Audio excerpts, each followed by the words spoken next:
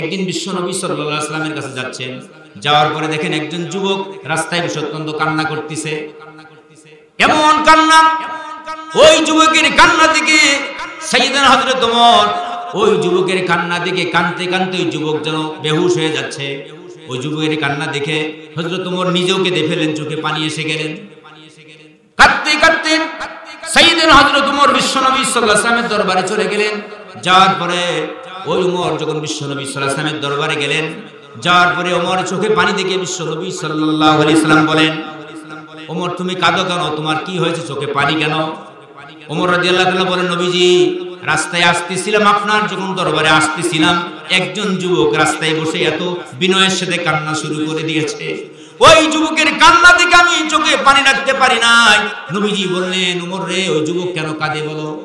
সাইয়েদনা হযরত ওমর বললেন, রাসূলুল্লাহ, আমি ওই যুবককে জিজ্ঞাসা করছিলাম, ও যুবক তুমি কেন কাঁদো? বলে আমি গুনাহ করেছি। ওই যুবক গুনার কারণে আল্লাহর দরবারে আল্লাহর ভয়ে কান্না শুরু করে দিয়েছেন।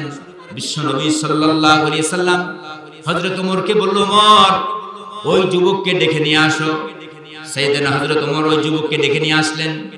আসার পরে নবীজি সাল্লাল্লাহু আলাইহি ওয়াসাল্লাম বলে, যুবককে তুমি কাঁদো কেন? কি হয়েছে তোমার? ওই যুবক বললেন, রাসূলুল্লাহ, আমি গুনাহ করেছি, আমি গুনাহ করেছি। বিশ্বনবীজি বলেন, যুবক তুমি তো গুনাহ করেছো, তোমার গুনাহ কি আল্লাহর দয়ার চাইতে বড় নাকি?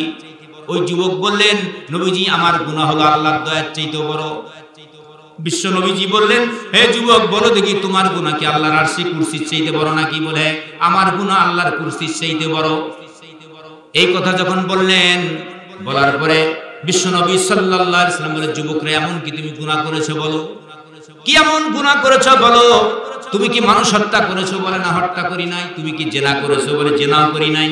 নবীজি বললেন, যুবক এমন কি তুমি বড় গুনাহ করেছো বলো, কি গুনাহ করেছো? ওই যুবক বিশ্বনবী সাল্লাল্লাহু আলাইহি ওয়াসাল্লামের সামনে বলে, রাসূলুল্লাহ, আমি এমন গুনাহ করেছি, যখন আমার কোনো চলার কোনো ব্যবস্থা ছিল না, আমি মদিনার ভিতরে আমার একটা কর্ম বেছে নিয়েছিলাম, একটা কাজ বেছে নিয়েছিলাম। মদিনার ভিতরে যত লোক মারা যেত, ওই লোকগুলি যখন কবরস্থ করত, কবরস্থ করার পরে আমি রাত্রি অন্ধকারের ভিতরে ওই কবরটা খনন করে কবর থেকে ওই মরা দেহ থেকে কাপড়গুলি খুলে নিয়ে আমি বাজারে বিক্রি করতাম। ওগো নবীজি, বিক্রি করার পরে কিছুদিন যাওয়ার পরে মদিনায় একটা সংবাদ আসলো, একজন মহিলা, একজন সুডাম দেহের মহিলা, একজন সুন্দর একজন যুবতী মহিলা মদিনা থেকে বিদায় হয়েছেন, মরে গেছেন। এই সংবাদ যখন পাইলাম, পাওয়ার পরে ওই মহিলার সংবাদ যখন পাইলাম, পাওয়ার পরে রাত্রি অন্ধকারের ভিতরে আমি কবরটা খনন করার জন্য গেলাম। কবরটা রাত্রিবেলা খনন করলাম। খনন করে যখন আমি আস্তে আস্তে করে তার হাতলাগুলি উঠালাম, উঠানোর পরে ওই মহিলার দেহ থেকে আমি কাপড়, 5টা কাপড় যখন আস্তে আস্তে খুলে হাতের মুষ্টি দিয়ে পেঁচাইয়া নিলাম। কিন্তু আমার পেঁচাইয়া নেওয়ার পরে কবর থেকে যখন আমি উঠবো, তখন আমার কানে আওয়াজ আসলো, কে যেন বললো, হে যুবক, কাপড় নিয়ে তুমি শুধু সন্তুষ্ট হলে তা নয়, হে যুবক, একটাবার কবরের দিকে তাকায় দেখো, এমন সুন্দর মহিলা তার জীবনে তুমি কোনোদিন এই মহিলাকে দেখো নাই। আমার ভাইয়ের, আমার বন্ধুগণ, ওই যুবক বলে আওয়াজ পাওয়ার পরে আমি কাপড়ের টুকরা করি আমি উপরে রাখার পরে মহিলার দিকে তাকালাম, তাকায় দেখি এত সুন্দর মহিলা, অন্ধকারের ভিতরে যেন কবরটা একবারে পূর্ণিমার আলোর মতো আলোকিত হয়ে গেছে। শয়তানের খপ্পরে পড়ে ওই মহিলার চেহারা দেখে আমি আর আমার নিজের নফসকে দমন করতে পারলাম না। ওই মহিলার সঙ্গে জেনায় লিপ্ত হয়ে গেলাম। জেনা করার পরে আমি যখন কবর থেকে উঠতেছিলাম, ওগো নবীজি, যখন জেনা করার পরে কবর থেকে যখন উঠতেছিলাম, আমাকে যেন কে, আমার মনে হলো ওই মহিলাটা আমাকে ডাকে, বলেন, হে যুবক, এমন কি তুমি গুনাহ করেছো? এমন কি তুমি কাজ করেছো? জঘন্যতম কাজ করেছো। হাজার হাজার কবরবাসীদের সামনে আমাকে তুমি উলঙ্গ করে ফেললে, আমার শরীরটা নাপাক করে ফেললে। কিয়ামতের দিন আল্লাহর আদালতে এই নাপাক শরীর নিয়ে আমি কিভাবে উঠবো? ইয়া রাসূলুল্লাহ, এই কথা শোনার পরে আমার কলিজায় বড় ভয় হলো। আমার কলিজায় বড় ভয় হলো, এমন কি গুনাহ করেছি, আল্লাহর কাছে মাপ, আল্লাহ মাপ দিবে কিনা? বিশ্ব নবীজি সাল্লাল্লাহু আলাইহি সাল্লাম ওই যুবককে বলেন, যুবকরে, তুমি তো সাংঘাতিক গুনাহ করেছো। নবীজি যখন বললেন, তুমি সাংঘাতিক গুনাহ করেছো, এই কথা শোনার পরে যুবক আর রাসূলের কাছে দেরি করেন না, জেনে রাসূল আরো রাগ হয়ে কিছু বলেন।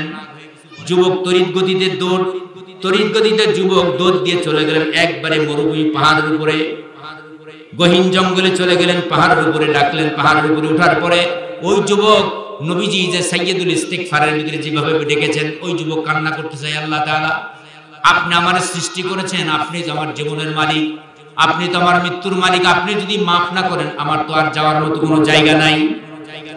এই যুবক কান্না শুরু করেছেন। মুসলমান ভাইরা আমার, একদিন, দুই দিন, তিন দিন এরকম করে যখন 40 দিন যখন অতিবাহিত হয়ে যায়, যুবক কাঁদতে কাঁদতে যুবকের চোখ দিয়া রক্তের পরিবর্তে, পানির পরিবর্তে যুবকের চোখ দিয়া রক্ত আসতেছিল। যুবক কান্না শুরু করে দিয়েছেন। 40 দিন যখন পূরণ হয়ে গেছে, ওই যুবকের কান্না আল্লাহ মঞ্জুর করে দিয়ে, আল্লাহ পাক যুবকের কান্না আল্লাহ মঞ্জুর করে আয়াতে কারীম নাযিল করে বলেন, ফাকুল তুস্তাগফিরু রাব্বাকুম ইন্নাহু কানা গফফারা। ওই যুবকের আল্লাহ পাক 40 দিন পর্যন্ত, যখন 40 দিন পূরণ হয়ে গেল, ওই যুবক এমন ভাবে কান্না করেছেন, আল্লাহ পাক কান্না মঞ্জুর করে যুবকের সব জিন্দেগীর গুনাহ আল্লাহ মাফ করে দিয়েছেন। আল্লাহ পাক বলেছে, বান্দা গুনাহ করেছো, আমার কাছে তওবা করো। ইয়া আইয়ুহাল্লাযীনা আমানু তুবু ইলাল্লাহি তাওবাতান নাসুহা আসা রাব্বুকুম আইয়ুকাফিরা আনকুম সাইয়্যাতিকুম ওয়া ইদখিলাকুম জান্নাতিন তাজরি মিন তাহতিহাল আনহার ইয়াওমা লা ইখজিল্লাহুন নাবিয়্যা ওয়াল্লাযীনা আমানু। আল্লাহু আকবার। আল্লাহ পাক বললেন, হে ঈমানদাররা, তোমরা তওবা করো, তুবু ইলাল্লাহ, তওবা করো আমার খাঁটি ভাবে, তোমরা যদি তাওবাতান নাসুহা করো। আর তওবা যে ব্যক্তি করে, ওই ব্যক্তি তওবাকারী আমি আল্লাহর কাছে বন্ধু হয়ে যায়। সুবহানাল্লাহ, হাবিবুল্লাহ। যে ব্যক্তি তওবা করে সে আমার বন্ধু হয়। আলহামদুলিল্লাহ বলেন। আল্লাহ আমাদের বেশি বেশি তওবা করার তৌফিক দান করুক। জোরে বলেন আমিন। আরো জোরে বলেন আমিন। আমার ভাইয়েরা, আমার বন্ধুগণ, ওই যুবক আল্লাহর কাছে যখন কাঁদলেন, আল্লাহ পাক কান্না মঞ্জুর করে যুবককে আল্লাহ পাঠায়া দিলেন। ওই যখন যুবক কাঁদলেন, আল্লাহ রাব্বুল আলামিন হযরত জিবরাইলকে পাঠায়া দিলেন। ও জিবরাইল যাও, ও জিবরাইল যাও, আমার রাসূলকে যায় তিনটা প্রশ্ন করবা। জোরে বলেন কয়টা? জোরে আওয়াজ বলেন কয়টা? 3টা প্রশ্ন করবা। 1 নম্বর প্রশ্ন হলো, আমার রাসূলকে যে বলবা পৃথিবীর মানুষকে কে সৃষ্টি করেছেন। হযরত জিবরাইল আলাইহিস সালাতু ওয়াস সালাম রাসূলের কাছে আসলেন। আসার পরে বললেন, লাব্বাইকা রাসূলুল্লাহ, আল্লাহ তাআলা আমাকে পাঠায়া দিয়েছেন আপনাকে 3টা প্রশ্ন করার জন্য। 1 নম্বর প্রশ্ন হলো, নবীজি বলেন দেখি সমস্ত পৃথিবীর মানুষকে কে সৃষ্টি করেছেন। নবীজি বললেন, জিবরাইল, আমি এবং আমার সমস্ত পৃথিবীর মাখলুককে আল্লাহই তৈরি করেছেন। জোরে বলেন, কে সৃষ্টি করেছেন? আরো জোরে। জোর হলো না। 2 নম্বর প্রশ্ন করেছেন নবীজি, সমস্ত পৃথিবীর মানুষদেরকে একমাত্র রিজিক দেন কে? নবীজি বললেন, জিবরাইল রে, সমস্ত পৃথিবীর মানুষের রিজিক এবং আমি রাসূলুল্লাহ সাল্লাল্লাহু আলাইহি ওয়াসাল্লামের রিজিক তো আল্লাহই দিয়ে দেন। সুবহানাল্লাহ বলেন। 3 নম্বর প্রশ্ন করেছেন নবীজি, বলেন দেখি সমস্ত পৃথিবীর মানুষের গুনাহ কে maaf করেন? বলেন তো গুনাহ maaf করেন কে? maaf করার ক্ষমতা কার আছে? আল্লাহই তো আমাদের গুনাহ maaf করতে পারেন। নবীজি বললেন, জিবরাইল রে, আমি এবং আমার সমস্ত পৃথিবীর উম্মতকে আল্লাহই গুনাহ maaf করে দেন। সুবহানাল্লাহ। হযরত জিবরাইল বলেন, রাসূলুল্লাহ, তাহলে আপনি কেন বলেছিলেন ওই যুবককে আল্লাহ, কেন আপনি যুবককে বলছিলেন যে তুমি সাংঘাতিক গুনাহ করেছো? আল্লাহ রাব্বুল আলামিন ওই যুবকের গুনাহ maaf করে দিয়ে আল্লাহ পাক আয়াতে কারীম নাযিল করে দিয়ে বলেন, ফাকুল তুস্তাগফিরু রাব্বাকুম ইন্নাহু কানা গফফারা। ওগো নবীজি, আল্লাহ পাক ওই যুবকের তওবাকে কবুল করে নিয়ে আল্লাহ যুবকের গুনাহ maaf করে দিয়েছেন।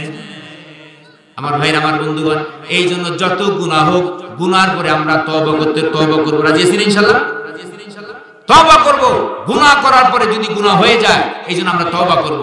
হাদিসে কুরসির ভিতরে আসছে, কোন বান্দা যখন গুনাহ করে, গুনাহ করার পরে কোন বান্দা যখন কাঁদে, ওই বান্দার চোখের পানি নাকের ডোগায়, জাহান্নামের ভয়ে জান্নাতের আশায় বান্দা যখন কাঁদে, ওই বান্দার চোখের পানি নাকের ডোগায় আসতেই না আসতেই আরো জোরে বলি সুবহানাল্লাহ। আমার ভাইরা, আমার বন্ধুগণ, এই জন্য আল্লাহর কাছে ভয়, আল্লাহর ভয়, এই জন্য আল্লাহ তাআলার কাছে আমাদের কাঁদতে হবে। আর চোখের পানি আল্লাহ পাক বলেছেন, বান্দা কাঁদো, ফালিয়াদহাকু কলিলা ওয়া ইয়াবকু কাসীরা, বান্দা বেশি বেশি কাঁদো আর অল্প করে হাসো।